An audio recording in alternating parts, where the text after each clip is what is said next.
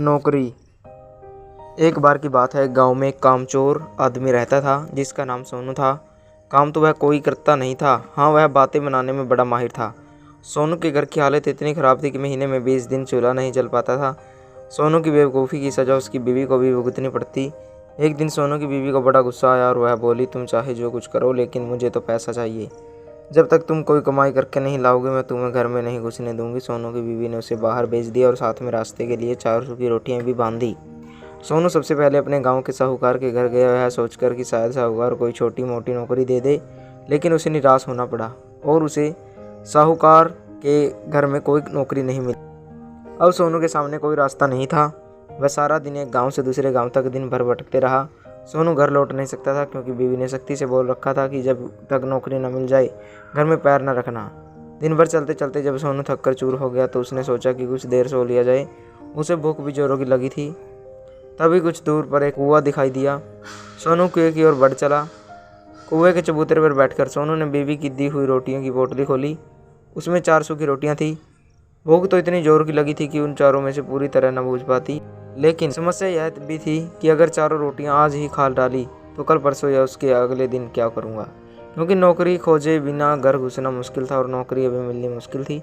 इसी सोच विचार में सोनू बार बार रोटियां गिनते और रख देते। जब सोनू से अपने आप कोई फैसला न हो पाया तो कुएं के देव की मदद लेनी चाहिए।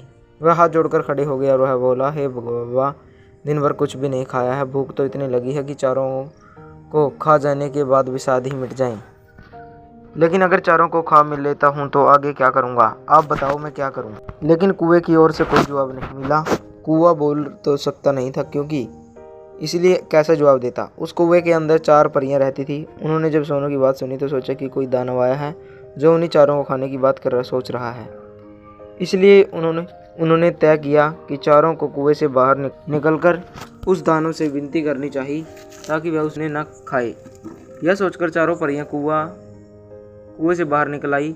हाथ जोड़कर वे सोनू से बोली, हे दानव, आप तो बड़े बलशाली हैं, आप हम चारों को खाने की बात क्यों कर रहे हैं?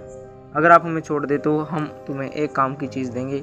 परियों की बातें सुनकर सोनू के समझ में न आया कि क्या जवाब दे। जब सोनू कुछ नहीं बोला इसलिए परियों ने एक कटोरा और कठपुतली सोनू को देते हुए कहा, दानवराज, आपने हमारी बात मान ली, इसलिए हम सब आपका बहुत बहुत उपकार मानती हैं। यह कठपुतली हर समय आपकी बात मानेगी, आप जो कुछ कहेंगे वो सब यह करेगी और यह कटोरा हर खाने की चीज़ आपके सामने पेश करेगा जो आप इससे मांगेंगे। इसके बाद परियां चली गई।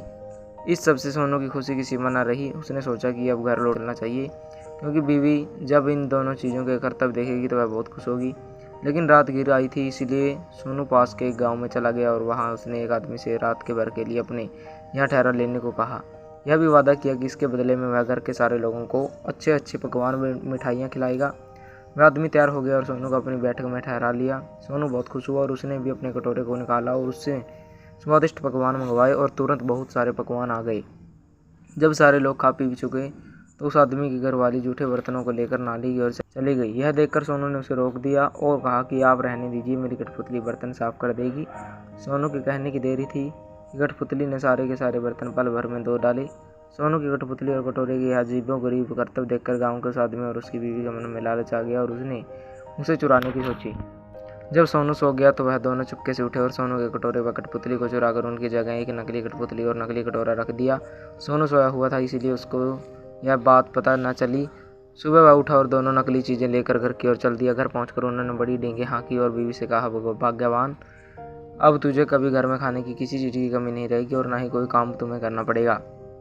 तुम जो चीज़ खाना चाहोगी मेरा यह कटोरा तुम्हें खिलाएगा और जो काम करवाना चाहोगी मेरा यह कठपुतली कर डालेगी। लेकिन उसकी बीवी को इन बातों पर विश्वास न हुआ। उसने कहा, तुम तो ऐसे ही डींगे रोज ही मारा करते हो, कुछ करके दिखाओ तो पता चले। सोनू बोला, तुम्हें विश्वास नहीं हो रहा तो देखो। सोनू ने कटोरा व कठपुतली को अपने अपने कर्तव्य दिखाने को कहा, लेकिन वह दोनों चीज़ें तो नकली थी। अतः सोनू की बात झूठी निकली। नतीजा यह हुआ कि बीवी पहले से ज़्यादा नाराज़ हो उठी और कहा, इस बार बिना नौकरी घर मत आना। सोनू को कुछ समझ नहीं आया और जब सोचते सोचते वह हार गया तो वह रोने लगा। उसके रोने की आवाज़ सुनकर कुएं की चारों परियां फिर बाहर आई और सोनू से रोने का कारण पूछा। सोनू ने सारी बात कह सुनाई। परियों को हंसी आ गई और बचते हुए वह बोली, हमने तो तुमको कोई दानव समझा था और इसीलिए तुम्हें ही वे चीज़ें दी थी, लेकिन तुम तो बड़े ही भोले भले सीधे आदमी निकले। लेकिन तुम चिंता मत करो, हम तुम्हारी मदद करेंगी। तुम्हारी कठपुतली और कटोरा उन्हीं लोगों ने चुराया है जिनके यहाँ रात को तुम रुके थे। इस बार तुम्हें एक रस्सी व डंडा दे रही है। इनकी मदद से तुम उन दोनों को मारकर अपनी दोनों चीज़ें वापस पा सकते हो। यह सुनकर सोनू बहुत खुश हुआ। जादुई रस्सी डंडा लेकर सोनू फिर उसी आदमी के यहाँ पहुँचे और कहा, इस बार मैं तुम्हें कुछ और नए करतब दिखाऊंगा। वह आदमी भी लालच का मारा था।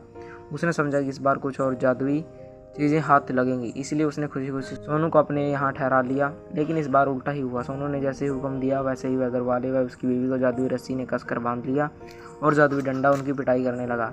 तभी सोनू बोला, तुम लोगों ने मेरी जादुई चीज़ें चुराई है। अब जब वे दोनों चीज़ें तुम मुझे वापस कर दोगे तभी मैं डंडे को रोकने का हुक्म दूंगा। उन दोनों ने झटपट दोनों चुराई हुई चीज़ें सोनू को वापस कर दी। यह देखकर सोनू ने भी अपनी रस्सी और डंडे को रुक जाने का हुक्म दे दिया। वह उनकी अपनी चारों जादुई चीज़ें लेकर सोनू बहुत खुश हुआ और खुश मन से घर को वापस लौट पड़े। जब बीवी ने फिर देखा तो कि सोनू वापस आ गया है तो उसे बड़ा गुस्सा आया। उसे तो कई दिनों से खाने को कुछ नहीं मिला था, इसलिए वह बहुत गुस्सा हो गई थी। दूर से ही देखकर वह चीखी, कामचोर तुम फिर लौट आए। तभी सोनू की रस्सी ने उसे काबू किया और कटोरे ने अपना जादू दिखाया। बस फिर क्या था, कटोरा स्वादिष्ट पकवान ले आया और वह देखकर सोनू की बीवी बहुत खुश हुई और वह दोनों खुशी खुशी रहने लगे। तो दोस्तों, कैसी लगी आपको ये कहानी कमेंट करके जरूर बताएं। अगर आप हमारे चैनल पर रहे हो तो चैनल को सब्सक्राइब करें, वीडियो को लाइक करें, शेयर करें, कमेंट करें। धन्यवाद दोस्तों।